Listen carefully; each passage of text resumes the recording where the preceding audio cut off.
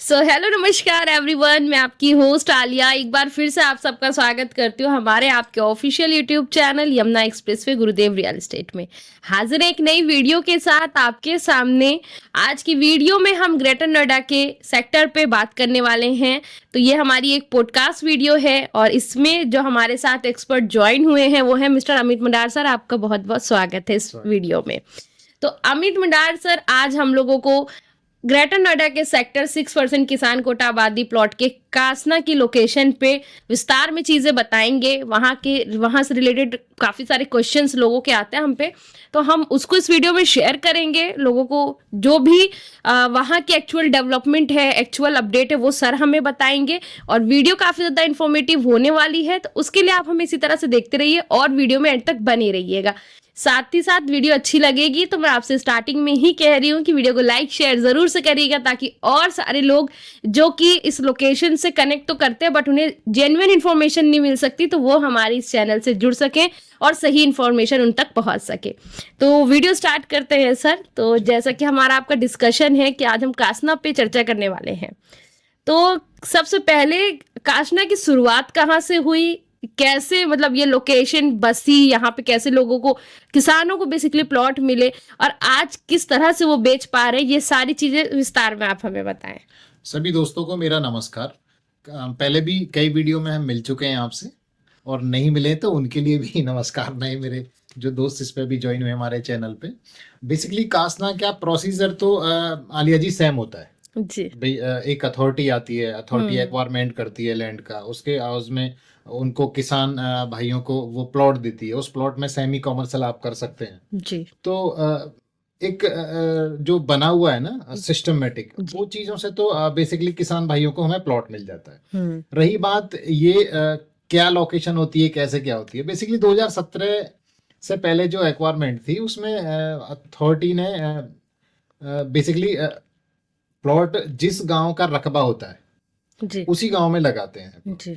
अगर by chance किसी authority के पास किसी गांव में एरिया नहीं बचता है, जो लैंड बैंक होता है वो अलॉटमेंट में चला जाता है, चाहे वो इंडस्ट्री है चाहे रेजिडेंस है, तो उसमें होता क्या है कि वो फिर अदर गांव में उसको शिफ्ट कर सकते हैं। लेकिन 90% ये रहा है कि जिस प्राधिकरण ने जिस गांव का रकबा लिया है एक्वायरमेंट में, उनको वहीं पे दिया जाता है। जी।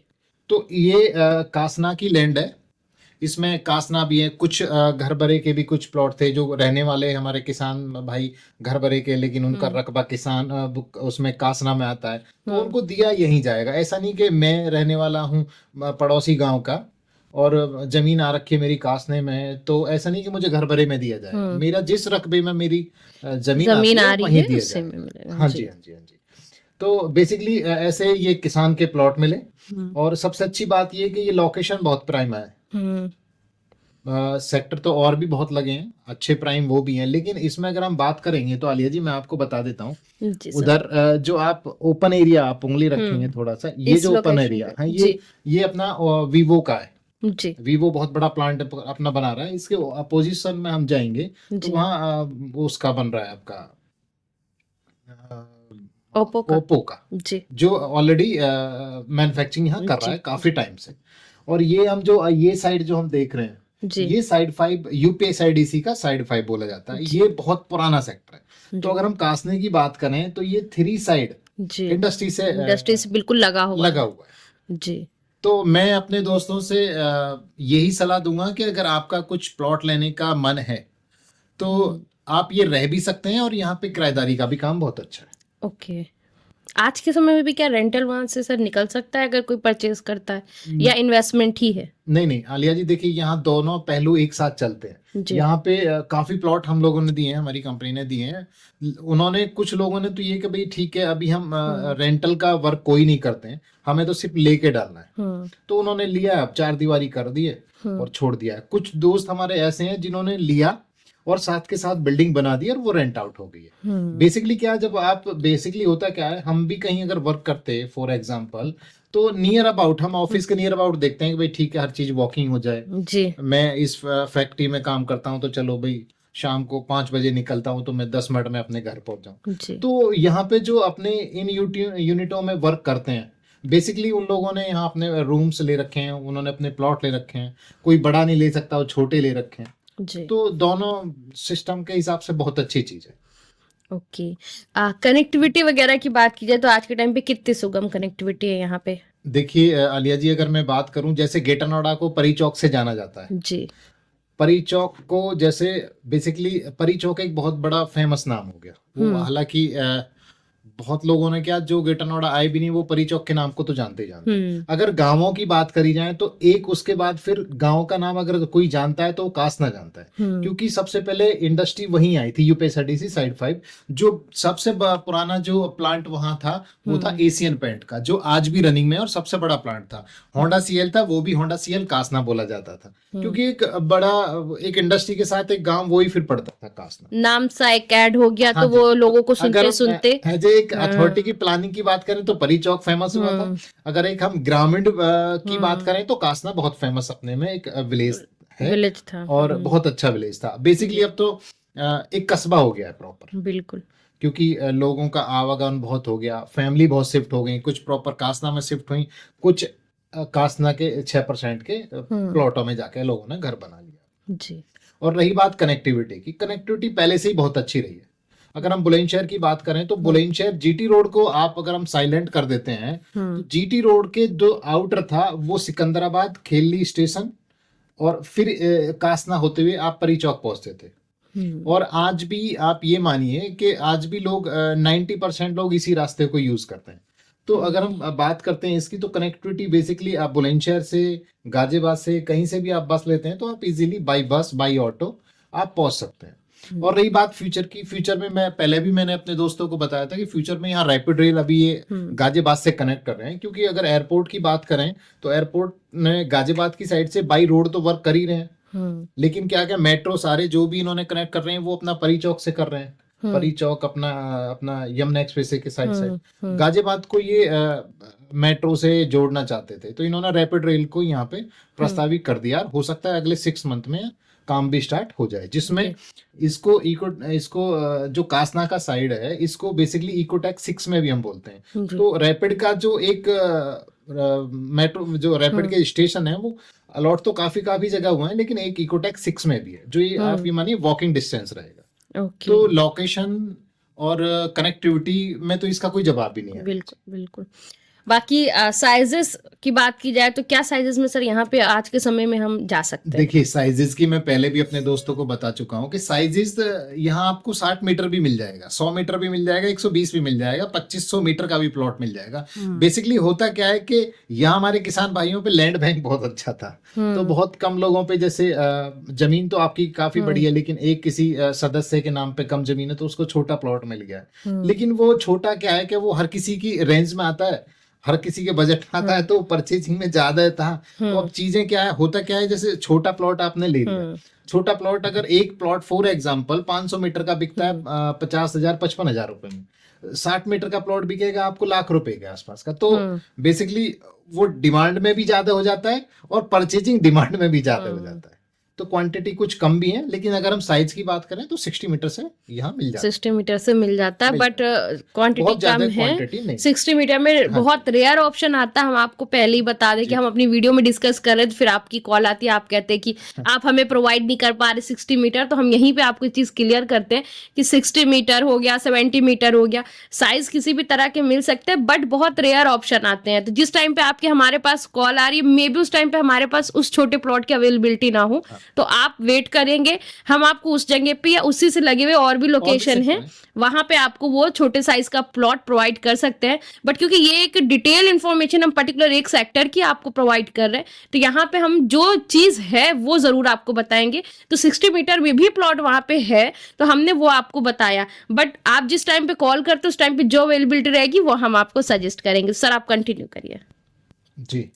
आगे। अगर सर परचेजिंग की बात की जाए तो किस तरह से आज के समय में इस पे परचेजिंग कर सकते हैं, क्या क्या प्रोसेसेस होते हैं, किस तरह से क्या ट्रांसफर चार्ज है, रजिस्ट्री की क्या कॉस्टिंग है, ये सारी चीजें भी थोड़ा बताएं। देखिए बेसिकली परचेजिंग की जो यहाँ पे है सिस्टम वो बड़ा स्मूथ है और बड़ा क्लियर है। ये बेसिकली मैं आपको सबसे पहले बता दूं आलिया जी कि ये कोई भी कच्ची कॉलोनी का या कोई कॉलोनी का सोसाइटी का प्लॉट नहीं है कि भाई जी। इसमें बिल्डर डिसीजन लेगा, हम्म या कॉलोनी है तो कॉलोनराइज जो काटते हैं वो हम्म डिसीजन रहेंगे, आपको पहले ये बोल दिया वो दे दिया जाए। देखिए इसमें सबसे पहले किसान को एक अलॉटमेंट लेटर मिलता है। हम्म अलॉटमेंट लेटर में ये होता है कि इतना ये ब्लॉक, ये आपको भूखंड संख्या और ये क्षेत्रफल, इतना आपका डेवलपमेंट चार्ज, ये सीवर चार्ज। तो बेसिकली एक अथॉरिटी जब किसान की जमीन को लेकर पूरा क्लियर कर लेता है, एज ए लॉ सिस्टम भी उसको क्लियर कर देता है, कोई ऑब्जेक्शन नहीं है, हम्म कुछ नहीं है, उसके बाद वो अलॉटमेंट लेटर देता है। अलॉटमेंट लेटर के बाद फिर आपको जो चार्जेस अथॉरिटी देती है वो जो आपको जमा करने होते हैं। उसके बाद आपका एक लीज प्लान बनता है जिसमें डायमेंशन आपकी खुल जाती है। उसके बाद आपकी रजिस्ट्री हो जाती है। ये स्टेप है किसान का।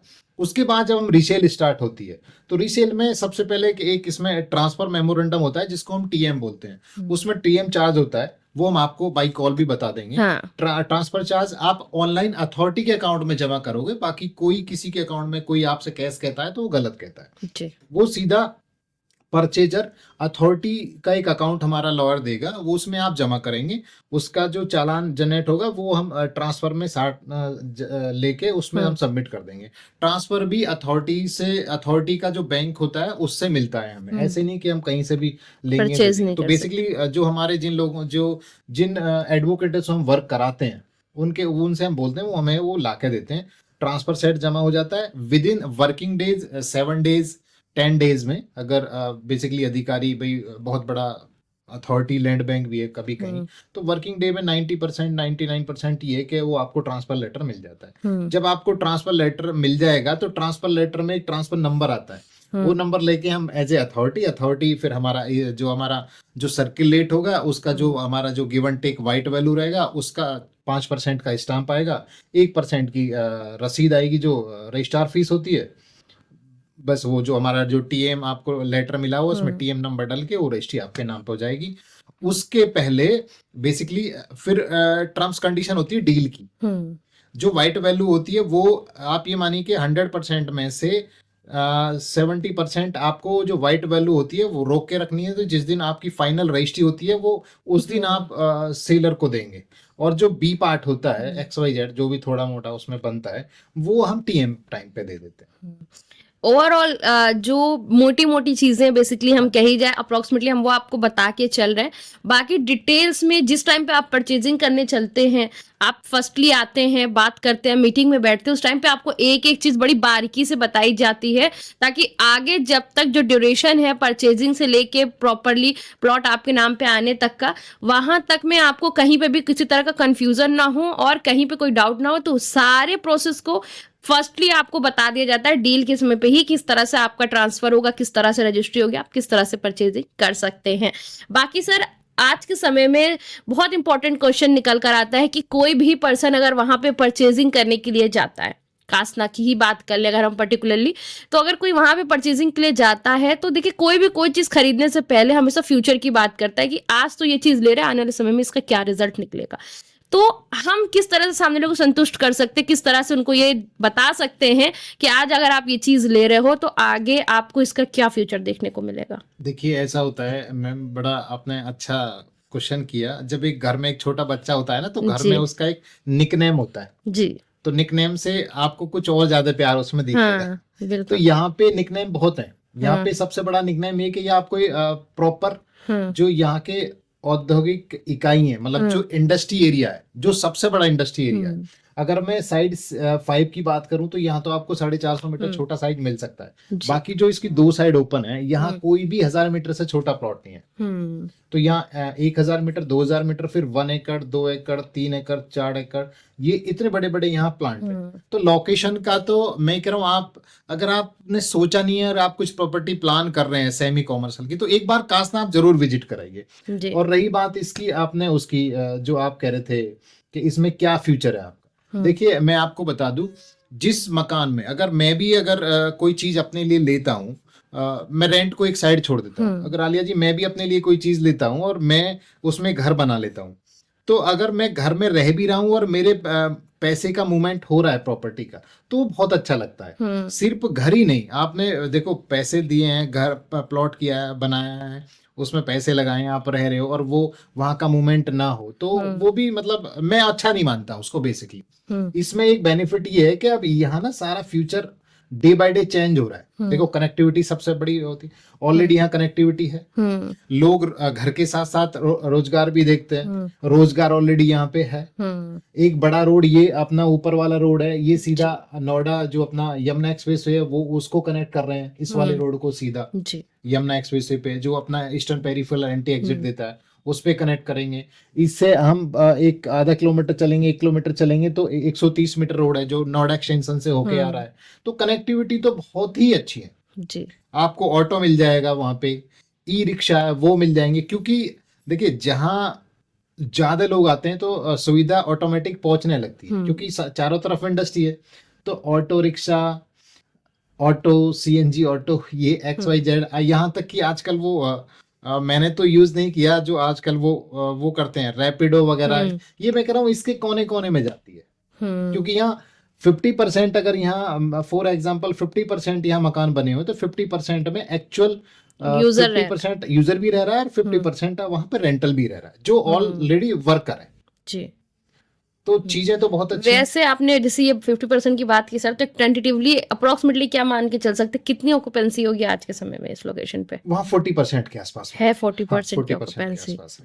ओके, कोई रेंटल करता है तो सर क्या उम्मीद की जा सकती है कि क्या एक कैलकुलेशन लोग माइंड में लगाते हैं? बेसिकली आलिया जी, जो बेसिकली हम गेस्ट हाउस टाइप में बनाते हैं तो उसकी तो कोई डेफिनेशन नहीं है, जैसा आप खूबसूरत बना रहे हो। अगर हम एक एवरेज बिल्डिंग बनाते हैं तो नॉर्मली 5,000 रुपए पर रूम के अकॉर्डिंग चला जाए, जिसमें आपको बेसिकली एक छोटा किचन देना होता है, एक छोटा बाथरूम देता है। बेसिकली अब देखिए, अब मैं भी हूँ, आप भी हैं, एक हम लोग सब, हमारी सबकी एक अपनी फैमिली है, तो हर आदमी ये चाहता है कि मैं चाहे छोटे मकान में रहूं लेकिन सारी मुझे सुविधा मिल जाए।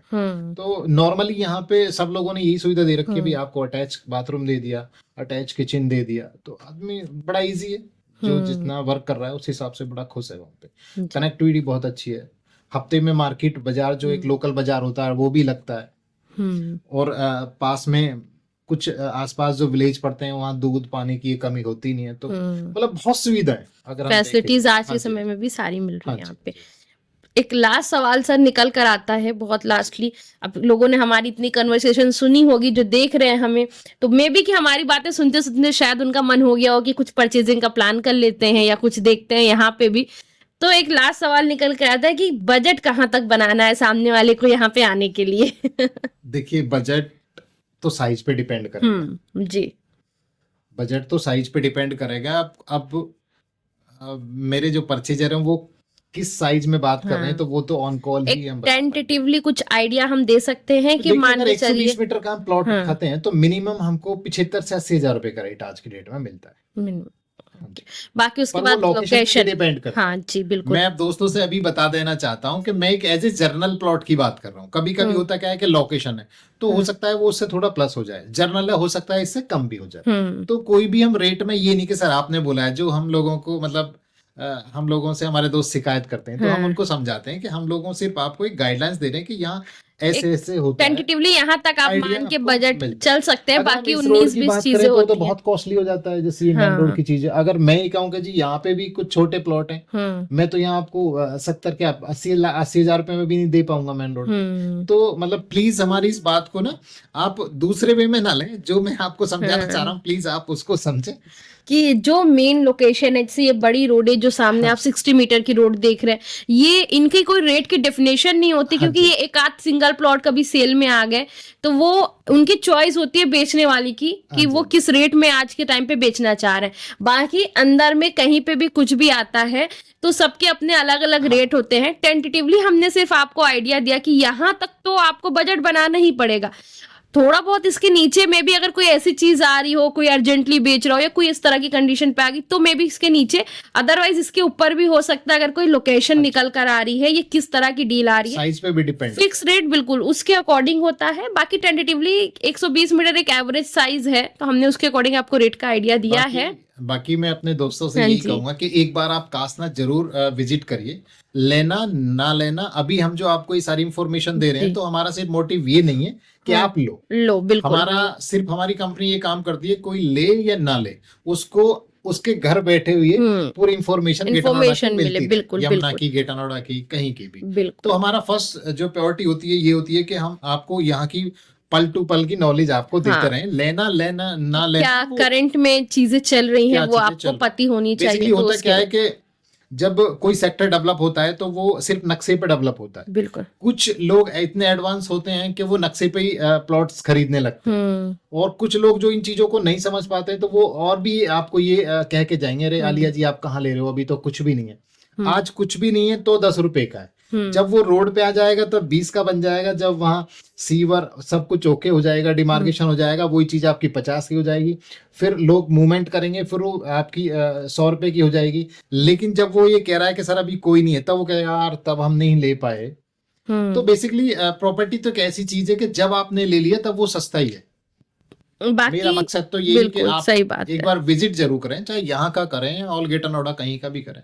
अगर जी। कहीं की आपकी कोई और रिक्वायरमेंट है तो आप हमें बाई चैनल भी बता सकते हैं। बाकी हमारा नंबर है, आलिया जी का भी नंबर है, मेरा भी नंबर है। आपको कोई और गेटा नोएडा के बारे में, यमुना के बारे में कुछ जानना हो तो प्लीज आप बता सकते हैं। बाकी की आपको एक और अपडेट हम देते चले कि अगर आप इस लोकेशन पे ही आपको अगर समझ में आ रहा है और आप वर्किंग कर रहे हैं तो इसमें भी आपको हमारे पास कई अच्छे ऑप्शंस मिल जाएंगे जो कि आज के टाइम पे सेल में अवेलेबल हैं। वीडियो लेंदी हो जाएगी अगर मैं एक एक प्लॉट बताने चलूंगी आपको, तो आप हमसे कॉल करके ऑन कॉल जो नंबर स्क्रीन पे हमारे आपको मेंशन है दिख रहे हैं, आप उन नंबर्स पे हमें कांटेक्ट कर सकते हैं। वहां पे हम जो ऑप्शन सेल में आ रहा है वो छोटे साइज में भी मिल जाएगा, बड़े साइज में भी मिल जाएगा। तो लोकेशन आप भी मिल हमसे जाएगी और जनरल भी मिल बिल्कुल जाएगी। जिस तरह की रिक्वायरमेंट आपकी आप हमसे कॉल के थ्रू जुड़ के वो परचेजिंग कर सकते हैं। बाकी जैसे आप हमारी सारी वीडियोस में कनेक्ट रहते हैं, हमें प्यार देते हैं, इसी तरह से इस वीडियो में भी कनेक्ट करिएगा हमको, और साथ साथ इस वीडियो को शेयर भी करिएगा। बाकी मिलेंगे नई वीडियो में नए टॉपिक के साथ। Thank you so much.